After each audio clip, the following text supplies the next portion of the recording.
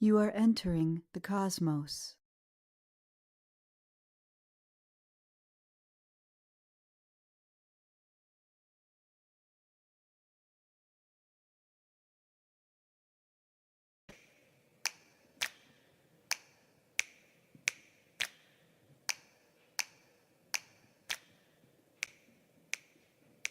It's casual, not formal. It's hosted by Rory Penland. Oh, with Jonathan and Renee in tow. It's time to start the show. 1, 2, 3, go!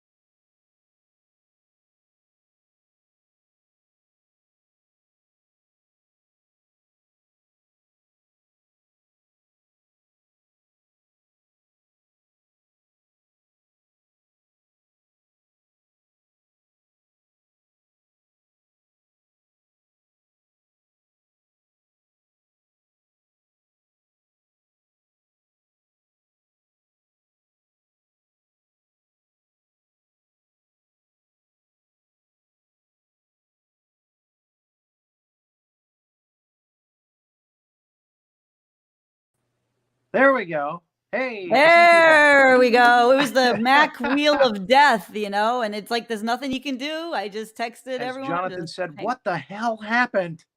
Yeah, it's called technology. Jonathan and I were just live before this, and we were talking about it. And he It said, hates "What's us. something?" It just hates us. Jonathan said to me live right before this. He said, "What is something that you're mad at me about, or whatever?" And I was like, "There's only one thing. It's the fact that you get weird about tech gremlins when it's live. Because I like live tech gremlins. That's why we go live. Rory, I know you like it too. It's kind of exciting. It's kind of secretly fun. like it. Yes. I secretly like. I not secretly liked it. So we had a tech gremlin, and then we secretly just hated it at the same time. It's a love-hate relationship. Yeah, I know. Well, at least Jonathan said he thought I passed out. Even if I passed out, something would have happened. No, I think. That was the funny thing was I was looking at the purple screen, the rainbow screen, and I'm seeing messages from you going, "Up, tech gremlin. Just gotta wait it out." And it should be a drinking game. Ivan Basil on his show, he does a thing where he has a little, but I couldn't even get my graphic up. We have a tech gremlin graphic that MM Farwell made. But if you have a real tech gremlin, sometimes you can't even put up the tech gremlin. I blame it on Russian hackers. Okay. It is. No, it's Russian hackers. They're trying to screw with us, is what it is. We have speaking of which, we got a video from we one have of a our video regulars, that this might and be I think everybody needs to see this. Everyone needs to see this, and it might be the reason why the tech gremlins and the Russian bots came in. I'm not sure. Let me get that back, because the tech gremlins also tried to take. You know what? That's what it was. It's the Grotsky video, because it disappeared during that little excursion that we had. People, just saying. I'm just saying. Look at that. I promise you, they don't Makes want sense. us to see whatever he said, people. And I'm queuing it up now. But either that or jitterbug. Whatever this man says, nobody knows what the hell I'm making a joke about. Just me and Scotty.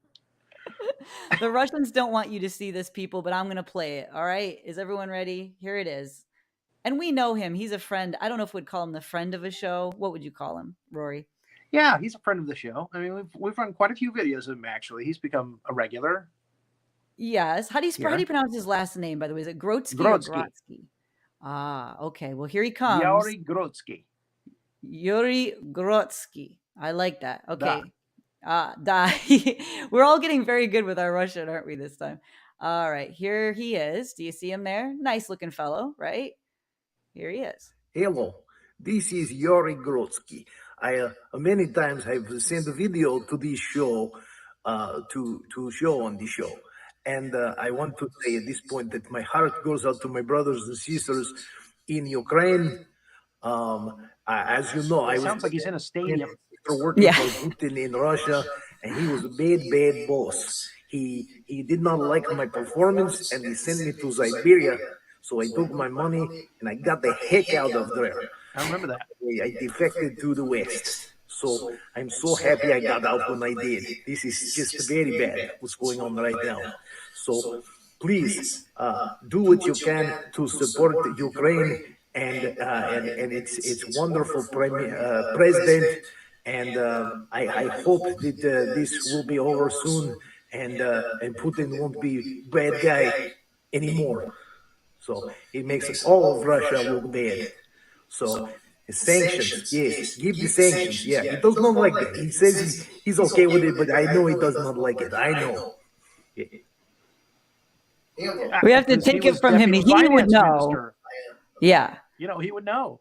He would know. He worked for him, and, this is about as serious as I've seen him. I think that he is really trying to tell us the inside scoop here. Most of the time we see him, he's smitten.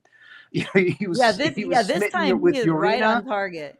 and then he was smitten with Drita. So, oh yeah. Well, who hasn't been smitten by Drita? To be fair, I mean, everybody's been a little smitten by her. Hello, Jonathan. Hello. Were you caught me right as I'm in the. Were you passing out with the tech gremlin? No, I'm trying to tag people here.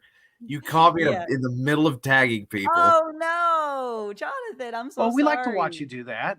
I mean, if Renee can get nice. If Renee can get 200 views off of her texting, I guess I'm good for at least 50 off of tagging people.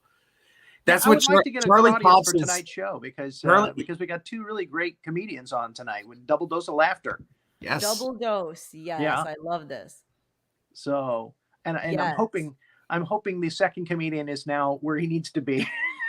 We'll see. He is. I see him backstage and he's on his laughing. jitterbug. He heard you. There you go. He's laughing. He knows. All right. Well, let's go ahead and bring him up. Ken All Evans right. and Scott Hardy. Some know him as Scotty Roo on Facebook. That was. I'm sorry, I had to spit out my Jolly Rancher. My sugies, the sugies were low. I needed to get them up. Yeah. See, now I have the reverse problem. The sugars are always high with me. So. Well, I don't have low blood sugar. I actually have a high blood sugar, and I need to maintain that. So. Yeah, sometimes the medicine works too good. Mm-hmm. Yeah, I need my sugars to be high. Hi, you guys. Hello. You wouldn't believe what I did. I can't even. It would be unbelievable if I told you what happened in the last half hour. But here I am. Here I am. I'm outside. I'm outside my house. The dogs are about to be released on jitterbugs, and then the RV somehow got farther away. I haven't moved it, and I need power to that. And I hope the signal is working. I hope we got. You're doing okay. Yeah, you look good. You sound good. Yeah. Oh, good. Let's go to the swing then. And again, we had tech gremlins at the beginning of the show, so that's good. Ken, how have you been? Well, I was in the hospital 2 days ago. Oh, that'd be great. Well, I'm glad to hear you're good now. That's the important thing. Yes. Yeah, I'm starting. We'll see. Got me on different medications and just came out of the blue. I don't know. Yeah. Wow. What happened? If you don't mind me asking. I thought I was having a heart attack because I felt faint, but I didn't have any chest pains or anything. So they took me in and they didn't really find anything. But they said I have like GERD. Maybe that was a cause of it. But I've been having the dizzy spells. So if you see me in the picture and all of a sudden you don't, call 911. Yeah. call Scotty Roo.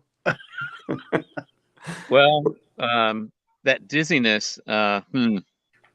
GERD was the potential diagnosis. Well, I don't. That's part of it. I don't know the whole thing. They didn't really. I mean, I did like 5 heart tests. All those came back great. Good. Well, I am an EMT, but I Oh. listen to doctor radio on satellite radio, so basically a doctor. Which is more important. Hell yeah. Right. Well, it's incredible. It's like my grandmother, they said, oh, she has dementia, but I noticed she had a low-grade fever. And so I was like, when was the last time she got checked for a UTI? And they checked her, and it was a UTI. Yeah. And so they're like, oh my God, great diagnosis. And then I became an EMT, and I went on this one call, and I was like, she was confined to a wheelchair, a lot of little telltale signs there. And she goes, I don't know, I've just been acting crazy. I go, UTI. It's my blanket diagnosis. Like somebody could have like a severely deformed leg. It's an obvious fracture, and I'm like, UTI. That's UTI. Yeah, Well, definitely now you mentioned it burns a little bit when I pee. UTI. I'll check into that. But I would check for crystals. I know it sounds crazy, but anytime it sounds crazy, but anytime you get that dizziness, there are these inner ear crystals that can happen, and they can easily be remedied actually with like different head movements. Yes, but that was the first thing I thought. And there was a doctor who was there, and he didn't perform anything. He didn't see anything in my ears. I don't know if they have to do more tests, but that's the first thing I thought was yes. I just saw my doctor. I probably shouldn't share this a little too much, but I'll be turning 60 this year. So I was like, when was the last time I got the prostate checked? And then he tells me afterward, as he's ungloving, he says, you have an extremely soft prostate. So I thought that's terrible. I was like, oh my God, what can we do to firm my prostate up? What are you making fun of me? Yeah. And then he told me, he goes, no. He goes, soft prostate's good. Rory, I'm sorry. You probably had no idea this was going to happen to you. Well, actually, I just went through this myself. I have a soft prostate. Oh, damn. Mine's hard I as just a turned rock. 58. I wanted the hard prostate. We're gonna label this show the prostate show. How's your I am prostate, supposed Ken? to see about that. I saw pictures of you, Scott, on your website, on your Facebook in fire gear. So yeah, but I guess you were like my brother. You're EMT on the fire. I'm a firefighter, and I'm also EMT certified. But we primarily, as far as run medical, I primarily just cut doors off, pull people out, and put the wet stuff on the red stuff. When there's fires. And we have like a Disneyland of doom out here in a little town called Bastrop outside Austin. And it's amazing. Like, we have a lot of resources. We have a really, really good department, and lots of fun toys to help people out. But did you make the EMT calendar? That's what I want to. Yeah, right. The EMT calendar. No, I'm afraid that my EMT calendar days are gone. I don't know if they ever were. When Rory knew me, I was a beautiful, beautiful young woman. I was just you remember my complexion was nice flawless. Long hair, yeah. Yeah, this beautiful long hair. I weighed about 120 pounds. I was me and Melinda were like the sexiest ones at the Comedy Corner. That's where we met. We started out at the Comedy Corner. You were one of the regulars that used to come through there. Yeah. And one of those rare guys we'd see more than 3 times a year, I was from Florida, so I went to the Comedy Corner. Yeah. Nice. I started out in the Tampa club, and that's where Scotty would come through. You were actually in South Florida, right? Yeah, I worked primarily West Palm Beach and the comic strip in Fort Lauderdale. I was the house feature there for 2 years, 7 days a week, 365 days a year. Wow. About 30 minutes of stage time, 365 days a year. 7 days a week. Wow, that explains why I couldn't get a feature gig there when I was living in Fort Lauderdale. So you had to get through. So there was only a comedy condo with 2 bedrooms. Yeah, right. Yeah, they saved so much money. It was Jim and Michelle Balatzos booked that. And Balatzos is the sound that we all make when we stick to vinyl, I think. But that's their last name. Now, that explains why you always had new material when you came through. No, what I did is I would just constantly steal from obscure, really funny writers, and that was the only way I could do that. Well, you were brilliant. So. Brilliant, because I remember I was doing a couple little cartoon little things. I'd do little cartoon bits in my and because I always had a thing for cartoon voices and sounds and things like that. And then I came through, and then you had become the cartoon comic, and I was like, oh my God, he's really nailing this. Like, You're it's just really saying like that. it's like a thing. It was like a thing. You were like, I Okay, really I want to hear you do some cartoons now. Now that you said that. What now? I want to hear you do a couple of cartoons. I don't remember what my bits were. I remember saying that we were afraid of aliens and we always make them effeminate. Because if you think about it, you've got my X-15 space modulator, don't make me Marvin angry. Martian. And you got the Flintstones, it's Kazuna's, well, dum-dums, what do we want now? And I'm like, why are all the aliens gay? What is like... Because that's from the planet they came from. Uranus? They've got a better handle on it. Yeah, right? I don't know. I was such a hack, and I was such a hack. You were so generous to me, and I was such a hack. I would come through, and you'd make me feel like a big deal, and it was just, I remember you treated me at Morrison's cafeteria one time. I'll never forget that. And I didn't get I didn't get the little platter. I didn't get the little blue star platter or whatever I went all out. Well, I hope you didn't get the bullets either. My most horrific memory was when I brought you to the Gary Platy show, and you went on the Gary Platy show on public access cable there in Tampa. Oh, that was fun. It was a great time, but afterwards I felt dirty and I wanted to apologize to you. When I was opening for Rita Rudner, I don't remember who it was that picked us up to take us to the radio go over the bridge to some radio station. The Pelicans get really close, but they're just trying to get some air so they can stay airborne. And Rita's like, she's very deadpan. I don't know if you remember her, but she's like, oh yeah, my mother makes carrot cake. She makes it with whole carrots. They hang out like cake handles. And so I really liked her delivery. And Colleen told me, she's like, Scott, you really have to work clean, okay? Suzanne Vega got really upset with you in Tampa when you opened for her, saying that you smacked around that little Luca girl for being backstage and unplugging stuff. I was like, it was just a joke. And she's like, you just can't do that, okay? Just don't do that and be nice. And so I was really minding my P's and Q's. And then we get picked up to go to this radio station, and a guy who had a Datsun B210 that smelled much like cheese. I don't remember who it was. And anyway, she's in the front seat and I'm in the back seat, and she's like, I'm supposed to have some advertising in the paper, but I didn't see it. And the guy driving goes, oh no, it's right over there. And she pulls the newspaper like this. She just goes, why don't you just drive? And I'm in the back seat, and he looked at me in the rearview mirror. You know how you get that glance? And I just looked at him like, yeah, that was terrible. And you're a human being, and I'm so sorry she just talked to you like that. Now, the week that Rita Rudner was at the Tampa Club, and you said you were there, that's when Kinnison came in. Kinnison was doing a big concert in town, and he came in that weekend. I'd worked with like Sam. a 10-minute guest set. I'd worked with Sam a few times, and he had, and I'd also seen him in New York City. I happened to be at the comic strip in New York City, and they had just done their SNL reunion. And so I was talking with this guy that looked familiar, but I didn't know who he was. Well, it turns out that the actor that the comedian plays Father Guido Sarducci, and he was asking me about he's asking me about your club. He's like, what's it like? And I go, yeah, they got one in West Palm Beach. And then Kennison goes, hey, Scott, I'm going to go into the bathroom. I'm going to snort a couple of lines. You want to come with me? I was like, I'm on Dr. Pepper and Coca-Cola right now. I can't handle that. Well, and so he just got married, and he was hit on my girlfriend at the time too. Right? You couldn't stop him. He was just unstoppable. Well, are you allowed to say the F word? Are you allowed to say the F word on your? Yes, you can.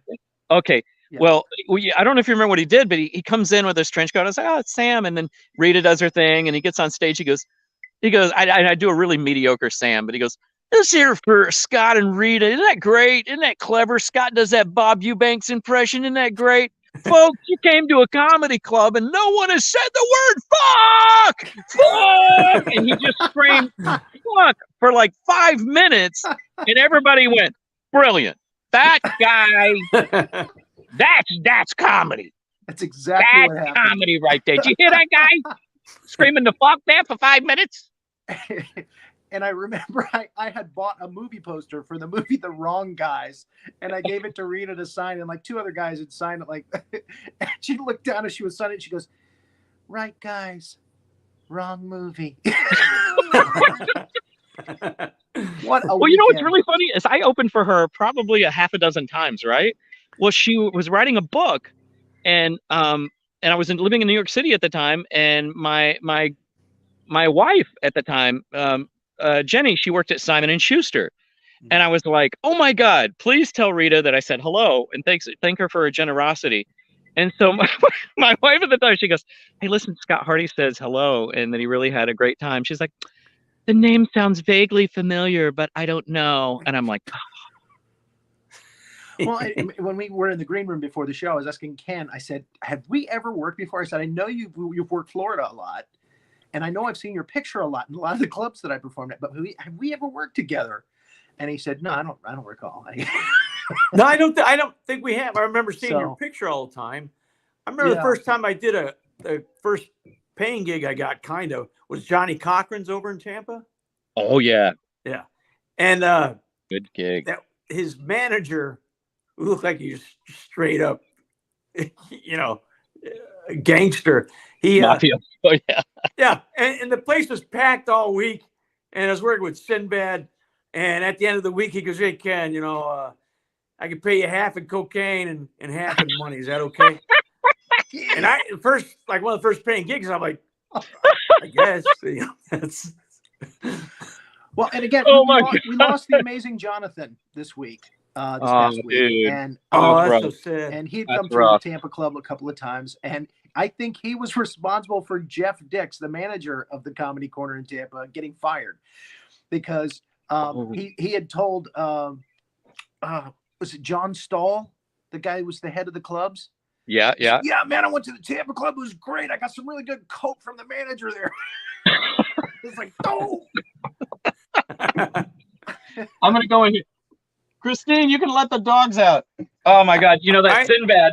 When I was opening for Sinbad there. There's a guy, and there was a couple up front, and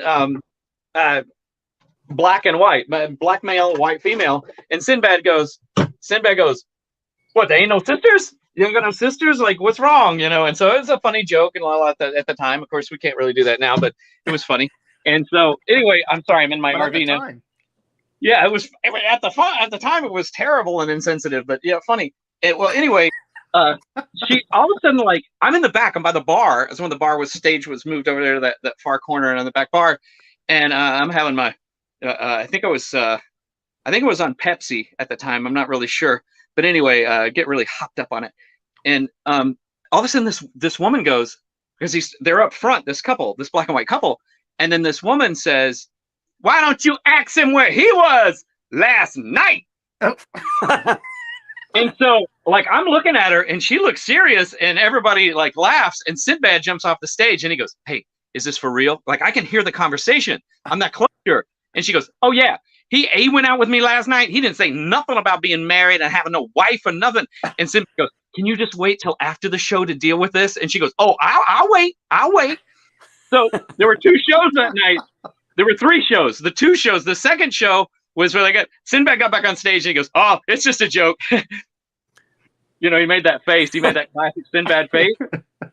And then this woman went absolutely nuts on him, started screaming at him in the parking lot. So it was like a show between the shows that happened right out there in the parking lot. Just like real life drama. This guy had no idea that. Scotty, I may have to get you to go back outside your green screen again. Yeah. Okay. I had a story with Amazing Jonathan. Like you said, just a great, please, and fun. So we're working together, and I did impressions like you guys did, and then I was doing an impression of cars, and he changed one of my props. What? Yeah, and I didn't know it. So I was holding up and said Ken's stupid or something like that. And I didn't get why anybody wasn't laughing, right? So he had a little Amazing Jonathan puppet, but he had a tape recorder cassette in there. And we were staying at the condo, so I took his cassette when he was sleeping, I re-recorded it. So he gets on stage, he's talking little puppet, and it says, the puppet goes, "Hey, Crazy Jonathan, you just kissed my ass because you suck. And he's just staring at the puppet like, what the hell? He goes, no, really, you're not really funny, are you? And he was upset about it. I go, hey, payback's a bitch, but he got over it. Oh, I love that. So when did you guys actually start comedy? When did you get in? When did you jump into it? I started in 79, I think. 79? And where? Oh, the Copa Banana down in Orlando. Actually, I was the first comic probably that was the grandfather of their comedy there, because it was an improv club. And so they did improv, and they wanted somebody to come in between dress changing.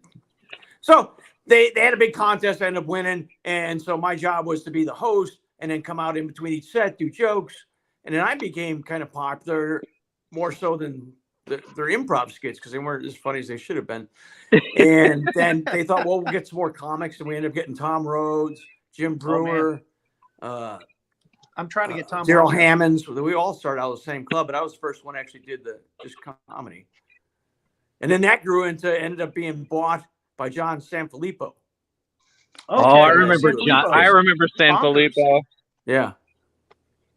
Yeah, I did his club up in Milwaukee, and it was a day that somebody shot a bunch of people at the post office, and I was on the radio. Oh, man. And the guy says, well, what do you think of that, Ken? I go, well, there's days that I've waited in line that I had the same idea, and they made me leave. And he got so pissed. They hit the dump button so fast on that. Don't. Yeah, but you know what? What balls did they have to try to force you into a situation? Here's a mass shooting, fresh, that's local. Make a joke about it. Yeah, you have a comedian. It was a couple people. Yeah, three qualifies for a mass shooting. One time I was in a radio station in Mississippi, and the dude did an advertisement for the Ku Klux Klan meeting. Oh, he said where it was going to be at and what time. And so I chimed in. God. Yeah, and tonight we're also taking blacks and Jews, and we have a sheet sale, and if your IQ is less than 60, you can join for free.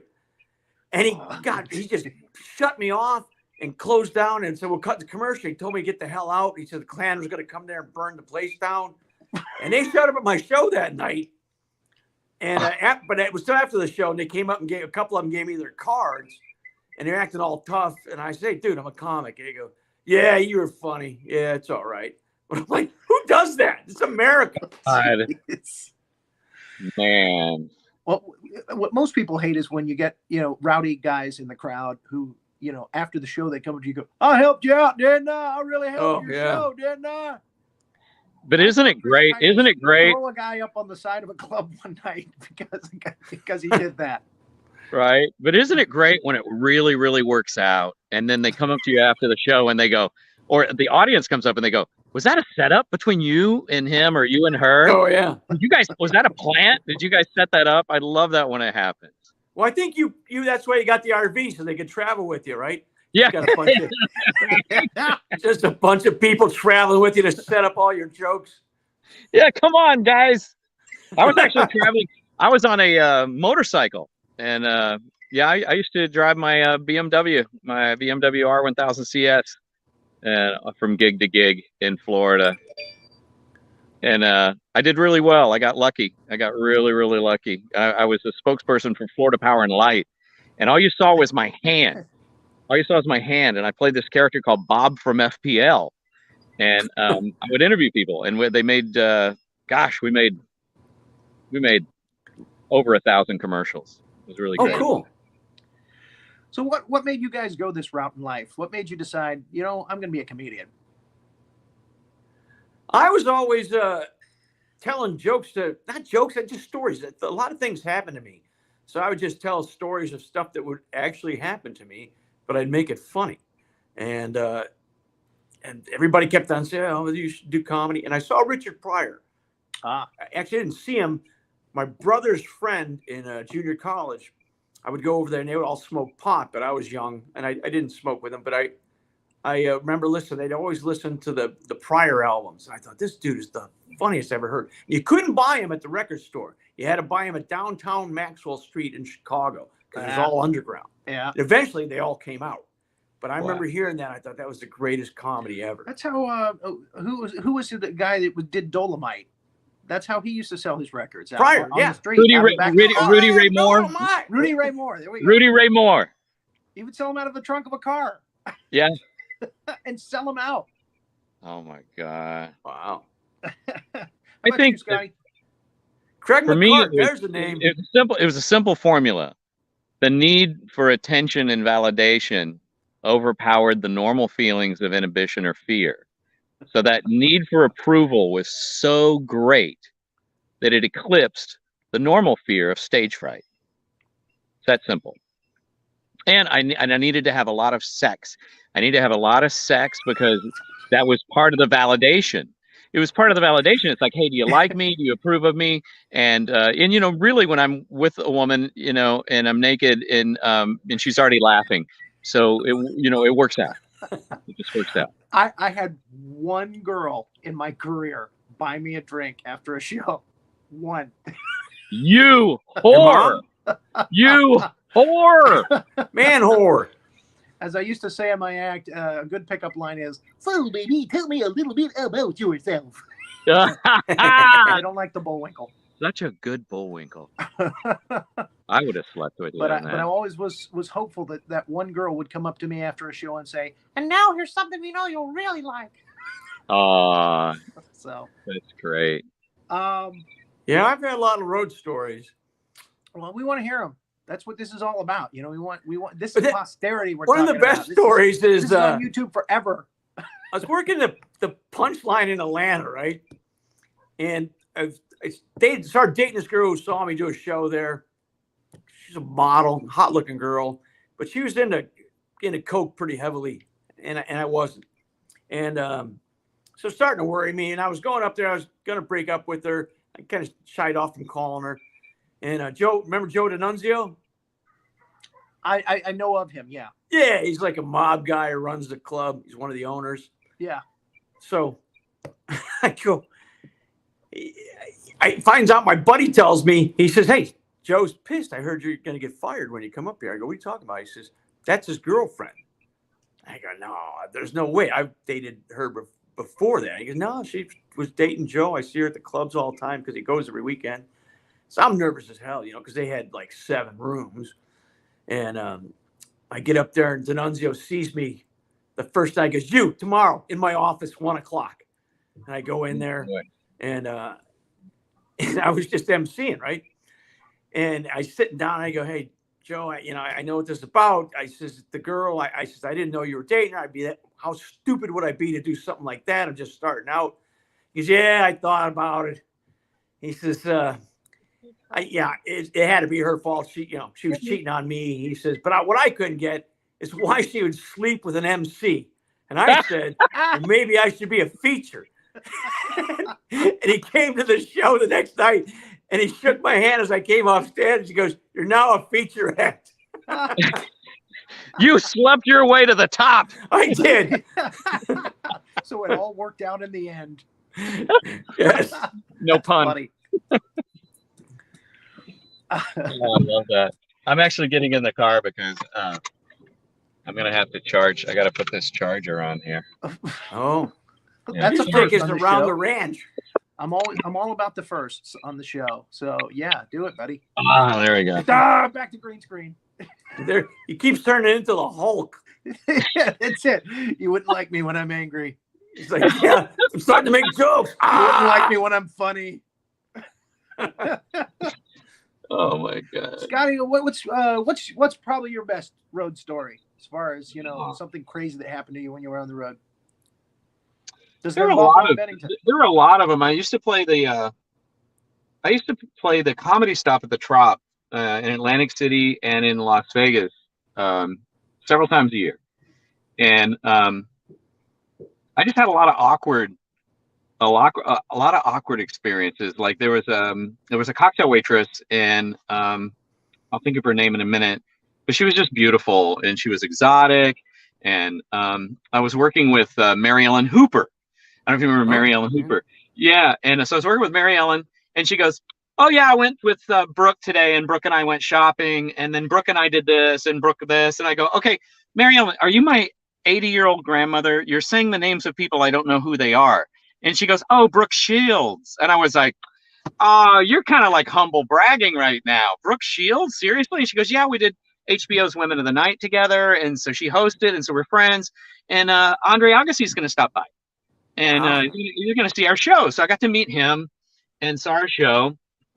So afterwards, she goes, "Hey, we're going to go over to UNLV, the University of Las Vegas. They're doing some comedy over there, and we want to see it. Are you going to come?" And I said, "I kind of got a little thing working on here," and just gorgeous. I don't know if she was.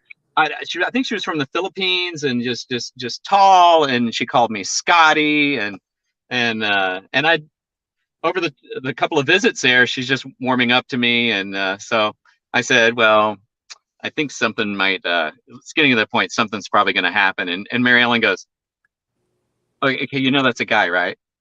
And I go, I'm sober, and I'm not stupid, okay?"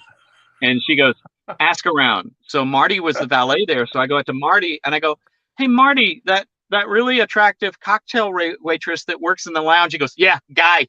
Yeah, guy." And I was like, and nobody was telling me, like nobody was telling me, like giving me how about a little, a little warning. But we dated. So did you hit it? Yeah. We actually got married there.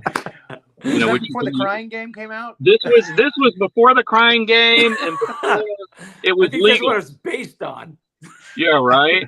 So it was just always awkward. Like it just like all my interactions, like I kind of make it sound like I was promiscuous, but I always wanted to be. I just at the end of the day, I was really like Rory, just one woman buying me a drink, telling me she likes my Bullwinkle. There you go. And again, you guys are telling girlfriend stories on the road. Yeah, right. I'm expecting to hear stories about, again, kind of like Ken's story where, you deal with a manager and he's like, "Hey, well, we didn't make as much money this week." They were so kind of scuzzy. They were so scuzzy. I was working with an unknown comic named Steve Harvey and the Funny Bone in Knoxville, Tennessee. And by the way, my biological father showed up. I hadn't seen him since I was 5. A long story. Wow. Yeah, it was pretty crazy. And he tells me too, he goes, "I'm glad because I saw your mama wear a Hardy, so I knew you's here, and I looked in the paper and saw your picture. I said, that's gotta be my boy. I'm glad you're here because I gotta get a watch to you. It's real important. It needs to stay in the family." And I was like, "Oh wow." So anyway, he comes the next night. It was in a paper bag. I unroll it. It's a Casio digital data bank that's not working. And he goes, "You put a battery on that and that thing will work. It can store up to 50 names and numbers." Okay, great. So anyway, it comes to it. And I'll say this. I will say it out loud. I'm going to name names. I'll go ahead and say his name was Barry Rosen. I'm pretty sure that was the owner. Let me tell you something. We got screwed so much in the 80s and 90s, just like Ken with that cocaine story. Yeah. Barry liked to pay you. This was in a theater that had been converted to a comedy club, but they still had that little upper deck up there where the stair, the ladder goes up to it, and that's where the projector was. And he had a little low ceiling too, and it felt perfect because he was so anyway. So Steve comes down and he goes like this. He goes, "Howdy, man. Listen, you get up there, count the money. And I go, "Okay." So I got 600 to middle for the week. Yeah. Well, I get up there and he hands me the money. He's got a little desk and I count it and it's 400. And I go, "Hey, this is a little light." And he goes, "I told you 400. I go, "You told me 600.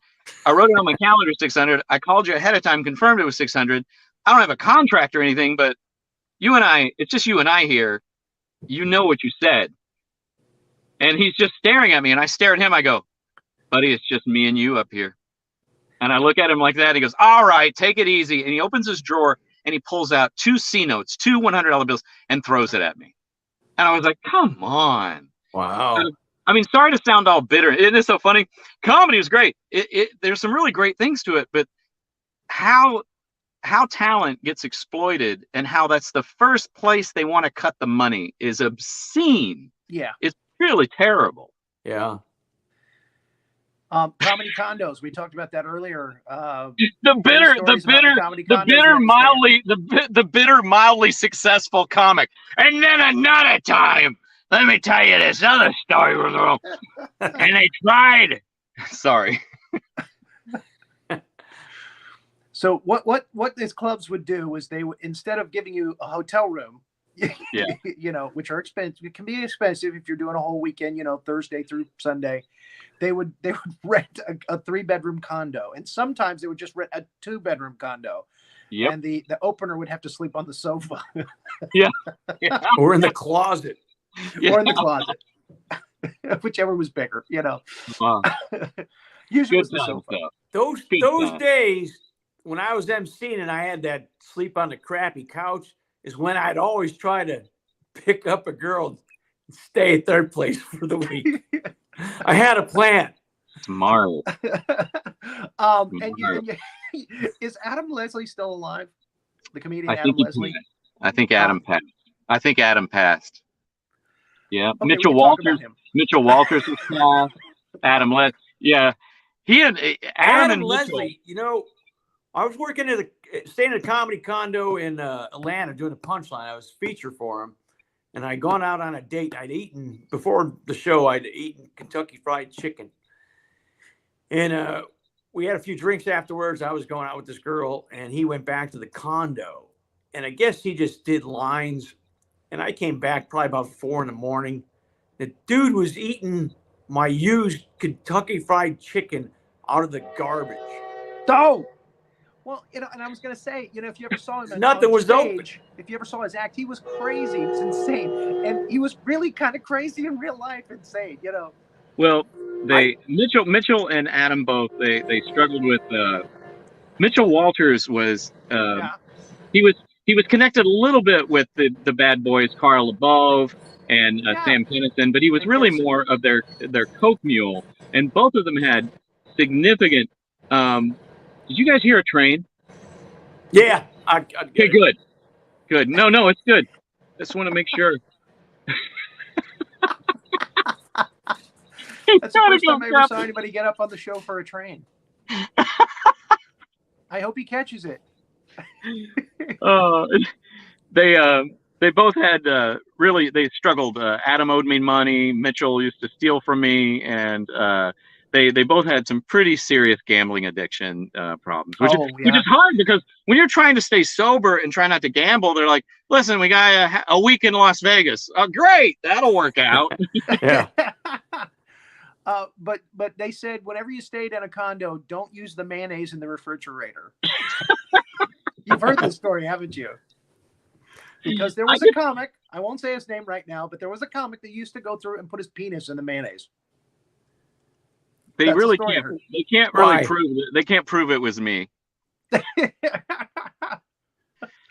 I mean, who doesn't see a thing of Hellman's and think, "Yeah, wow, I'd like to I hook remember, up with that." You guys remember The German chick. I think I heard that from Carrot Top. Good old Carrot Top. Do you remember What was the John high Fox? point in your career, guys, so far? What would you say is the high point in your career? Your comedy career? High point? Opening for different bands. I toured at Weird Al Yankovic, and so every night in front of 6,000 people, sold out. Nice. And so that was cool. You know, you walk on stage, you can't see anybody because the big spotlights, and then all of a sudden you tell a joke and the actual laughter reverberate against you. And to me, that was always the cool point. Besides, you doing gone some out on TV stage shows, with but a Weird Al that was Yankovic wig on and pulled it off completely. I mean, you actually look kind of similar to him in the face a little bit. I'm just saying, if that opportunity, you know, you should have taken it. They say if you hang out with Al. I will say the band was unbelievable. They were like top notch, straight up great musicians, and he was real quiet. I bet. Yeah. Scott. Oh man. Well, right there locally, you know, I was managed by a concert promoter. So, you know, John Stahl, Right. and who was Phantasma Productions. So I got Right. to, those concerts were amazing. I mean, I opened for Dolly Parton at what was the St. Petersburg Bayfront Coliseum. And which was really weird because just a couple of months before I was seeing the Grateful Dead there, and I was like, oh, I wonder if I'll ever play on a big stage. And then just months later, I was on that very same stage, and I think probably one of the highest points in my career. Of course, we had 8 seasons with Ellen Degeneres, with Gladys, and that was really nice. But the highest point in my career, it was a comic named Wayne Cotter, and yes, Wayne, very bright, very funny. very dry. I love Wayne's bits. He goes, my father says when we're cooking out, wait, son, let me arrange the briquettes in such a geometric fashion so they burn evenly. And I I remember that. Yeah, and he goes, good, Dad. I never would have thought of a pile. So I just really like his delivery. And he had just done Carson. So I'm at the comic strip in Fort Lauderdale, and I go, what's it like? What's it like being on Carson? Well, in walks Rodney Dangerfield. Well, I'd brought up Dangerfield many times on stage, and he was usually pretty drunk. Well, he was again drunk, and he comes up to me and goes, hey, kid. And I was like, oh, this is my big break. This is the young comedian special. He goes, come outside. I need you. I want to talk to you. I get out there. He has a flat tire. The comic strip had put up Richard Pryor, just portraits, big giant, sort of almost cartoonish portraits, but really well done, of him, Robin Williams, Eddie Murphy, and Richard Pryor. And he goes, I was driving by, I saw my face. I said, oh, I must be performing here tonight. And I hit the median. He's driving a red Cadillac with Eldorado with wide interior. It was his brother's. And the first thing I notice is he's got all these headshots in the passenger seat, signed. I go, what's that for? And he goes, hey, you know, I get pulled over a lot by the cops, and this gets me out most of the time. I'm like, oh my God, he's evaded a DUI this year from this. That's brilliant. And so he has a flat, and he goes, can you help me change it? And I go, yeah. So right there in the parking lot in front of the comic strip of Fort Lauderdale Federal Highway, I start changing Rodney's tire, and he's making a bit about it. I pull out, it's like a donut, but this was new back in, 86, 85, 86. I go, no, it's like a substandard tire. It's like, it looks like a bagel. I'm going to be dragging the door handle. This isn't going to work. And I go, hey, you sure you're a professional? You know how to do this? And so I changed this tire, and it gave me $10, and I still have it. And believe me, there were times when I wanted to spend it. But I still have that $10. And Wayne Cotter, afterward, he goes, we were just kind of reeling from the night, and Wayne goes, yeah, Scott was sucking up to me and asking me about Carson, and in walks Rodney, and he drops me like a cheap prom dress. But I think changing Rodney Dangerfield's tire on his brother's Cadillac in Fort Lauderdale, 1986, high point. But you didn't get one of the signed pictures. Yeah, right. I got a signed $10 bill. That's all I got. Well, if it's got a signature on the $10 bill, that's worth $10. Yeah. Hey, I think we have the clip of you doing Gladys on Ellen ready. If Renee, can you Some run people that think, for us? well, here's the thing. Some people think I'm Gladys. I just manage her career. This one. Hello, Ellen. This is Gladys from Austin, Texas. I'm 88. And I love your show, and I'm regular. I'm a regular watcher, is what I mean to say, of the Ellen Show. And would you do me a favor, honey? Move that spiky plant to the side. It's distracting, honey. On some of them angles, it's behind your head, and you look like alfalfa. I got nothing personal against the plant. It's a good plant. You need to move that plant if you don't mind for me. Well, keep on keeping on. And this is Gladys. And I'll call you tomorrow. The one that says off, Nana. I don't see it with a button. Oh, good Lord. Here, I found it. All right. All right. So that was, you did that. How many times did Gladys go on? The first call was actually after that. Ellen rattled off a number, and I was like, okay, I got to have Nana call her and leave her a message. She played that message. The phone, the conversation they had following that was just as funny as any. Oh my God! You remember Carol Burnett's show? Remember when Harvey Korman and Ted Conway would lose? She lost control. That is a 50-second uncontrolled laughter in her show when they had that call, when Gladys just destroyed her. And I cried after that, because it's Nana, and she, I never let her go. I never let her go, and her comedic intuition is so much better than mine. And I put up Post-its, I'm like, let me put up talking points Post-its. That first call, when those two talk after that, play that. If you ever get a chance, watch it, because Ellen, to see Ellen lose control like that and genuinely laugh. Do we still have that clip there? Can we run the second half of it? Because it's heavy. It's as far as I could get it. So I can't tell you how much better I feel. Look at that. There's nothing behind there's other stuff, but I'm going to call her when we come back. I'm going to take a break. When we come back, I'm going to call her and see if she has any other suggestions for me, because she seems to have a lot of ideas. So we'll be right back. I'll call Gladys. Don't go away. Ellen Show. All right. So we got a great message yesterday from a woman named Gladys in Austin, Texas, and she had some good ideas. I'm going to call her right now, see if she has any more. See if she appreciates that I did what I did. Sorry, it would have aired already, right? Oh, this is great. I would assume. I just let Nana do Nana. 88? Hello, this is Gladys, and if you're selling something, I ain't interested. Hey, Gladys? Hello. Gladys, it's Ellen Degeneres. I'm not selling anything. Honey. Henny! I love it. Thank you for calling me. Well, you're welcome. Did you see the show by any chance where I moved the plant for you? Oh, honey, let me tell you. We got Austin, Texas, had a little bit of ice and 2 flakes of snow. Oh, no. And they shut the whole city down. No. Oh. And they didn't even, I'm telling you, the local news, they showed an icicle hanging off a fella's roof to his house. And that was the big news here in Austin, Texas. That's horrible. Well, I'm telling you, I told them, I want you to, if you could call them and tell them to play your show tomorrow, and not just for me.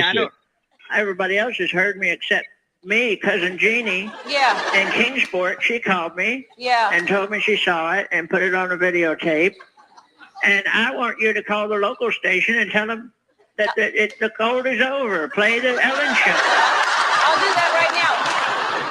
So in some places you're ABC, and other places you're NBC. Because it's a syndicated show, so different markets buy the show depending if they have an opening or not. Well, I'm sure that means something. Listen, Gladys. Yes, ma'am. So we'll get them to air that show. We'll also send you a copy of the tape. But I moved the plant that you were talking about so that I didn't look like alfalfa anymore. Honey, I'll tell you, what a great thing to happen. And your plants are beautiful. They do a wonderful job. And I appreciate you moving it. Sure. No, you had a good point. I don't want to look silly with spiky things coming out. Is this the first time you've been on TV before? No, honey. I've been on TV before. I was on listen, I'll be honest with you. Yeah. I love Jesus, but I drink a little. And that was the moment. Destroyed her. That was the Gladys. moment. You can't underestimate Gladys. I always underestimate her. That's what we do with the elderly. We underestimate them. Yeah. And they just come at you with that southpaw and they knock you out. Definitely. Yeah. She's brilliant. Love her. I hope that we have Ken's a comedy bit too as well from YouTube. This was actually from 2019. So it's a recent clip. God Renee, bless him. Still working. Yeah, I haven't worked since the Carter administration. No. God bless him. Well, you've been busy saving animals and and doing firework. Right. Which is very noble. Sometimes we just choose a different path and it works out better for us. You don't have to deal with, hey kid, we can't give you any free drinks this week. Yeah, right. We don't have a hotel room for you.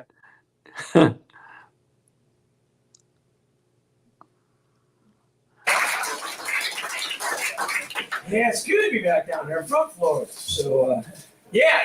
And about 4 years ago, I was living in Orlando. Then I got divorced. I got kicked out of the Magic Kingdom. Now I live in Michigan. But I flew into Atlanta because I wanted to see my sister and her kids. And my niece is so excited to see me, 8 years old. She run up, grab us, Uncle Kenny, Barbara and I having a tea party. Come to my room. So I go back to the room. She gets her teapot out. She's poured me a imaginary tea. I'm sipping on it. Ooh, darling, this is really good. And I'm looking around the room. There's huge posters on the wall. 2%ers rule. God bless Trump. Obama sucks. I'm like, what kind of tea party is this?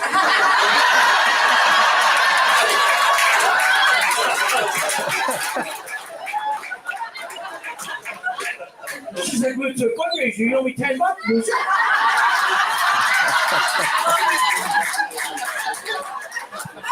I'm like, darling, I didn't even get any tea. Oh, spoken just like a socialist. Get out of my room. Worse than that is her brother, my 14-year-old nephew. That dude, man, he just sits around all day playing Xbox. He sits there so long he actually gets dusty. But he loves to push my buttons. He's always my favorite. Yeah, okay, we're the greatest generation ever. I'm like, well, why do you say that, Toby? We got all the cool stuff you never had growing up. We got so cool. We got Facebook, man. Facebook. Like, well, that's where you write on the wall and you gather some friends. I mean, we had that growing up. She said, you didn't have that. I wasn't bet you didn't have that. Yeah, we had it. No, you did. Yeah, it's called the bathroom stall. Wrote stuff like Mary Johnson puts on the first day. Next day, Mary Johnson has 30 new friends.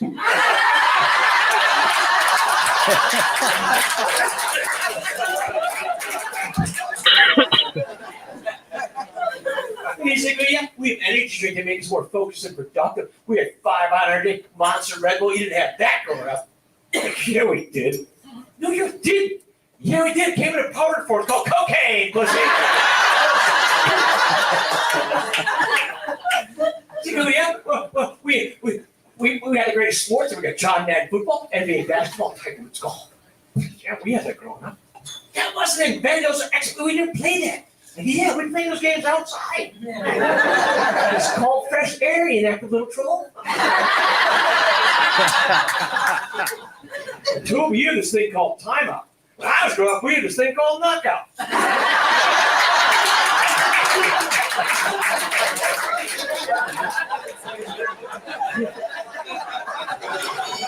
You call child abuse, we call it fuck, I'm never gonna do that again.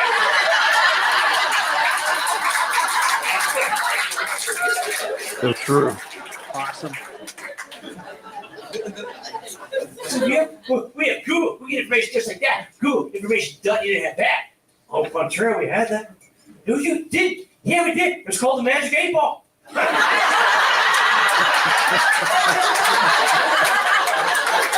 know what I'm talking about. What I do,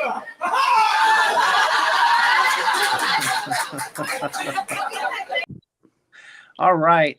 So what's coming up for you guys in the near future? You know, I tell you, just from a comic, by the way, and I didn't give you the light. I didn't give you the light at all.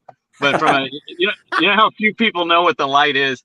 But from a comic to a comic, that you've stayed current, and you would be able to. You could get more jokes in if people just didn't laugh so much. Because in my sets, no laughter, and I get a lot more jokes in. I doubt that. A lot more jokes in. So if you could do something that like they don't laugh like so much like that. Well, just advice from comic to comic. It worked when I go to Texas and tell Trump jokes. I get that. I get the no laughter thing. Yeah, right. Yeah, we got to be careful when we talk to politics. I know, right? Yeah, Texas, the only state that has a nice. He's not being very nice. We're kind of like America, but a little different. Yeah. The only state that has a back to school sale on guns. Man, we're gonna impose sanctions on you, man.